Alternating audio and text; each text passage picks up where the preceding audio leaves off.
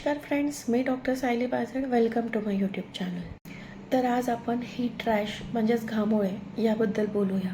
घामोळे म्हणजेच heat rash ही sweat glands block झाल्यामुळे लहान मुलांमध्ये दिसून येते. याची लक्षणे लहान लाल दाणे येतात शरीरावर, जळजळ होणे, खाज असणे ही घामोळ्याची लक्षणे आहेत.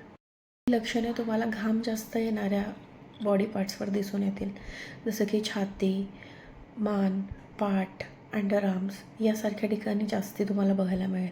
घरच्या घरी काय काळजी घेता येईल तर लूज कॉटनचे कपडे तुम्ही लहान मुलांना वापरा. थंड वातावरणात ठेवायचा त्यांना प्रयत्न करा. लिक्विड भरपूर प्रमाणात त्यांना द्या. पाणी तर द्याच, पण लिक्विड भरपूर प्रमाणात तुम्ही द्या त्यांना, जसं की ज्यूस, ताक, वॉटरमेलन ह्यासारख्या गोष्टी तुम्ही त्यांना द्या.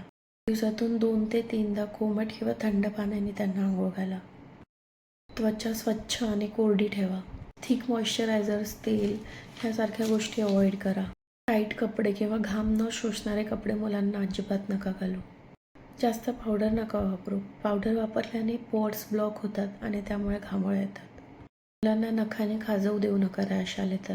घामोळे आहेत की इतर रॅश हे कसं ओळखावं तर कांजण्यामध्ये पाण्याने भरलेले फोड येऊ शकतात आणि ताप येते. ॲलर्जी असेल तर ती एखाद्या नवीन पदार्थ खाल्ल्यामुळे किंवा औषध घेतल्यानंतर येऊ शकते.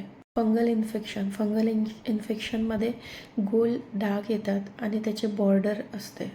1-2 दिवसात जर हे रॅश जात नसतील, जास्त ताप येत असेल तर तुम्ही जवळच्या डॉक्टरला नक्की व्हिजिट करा.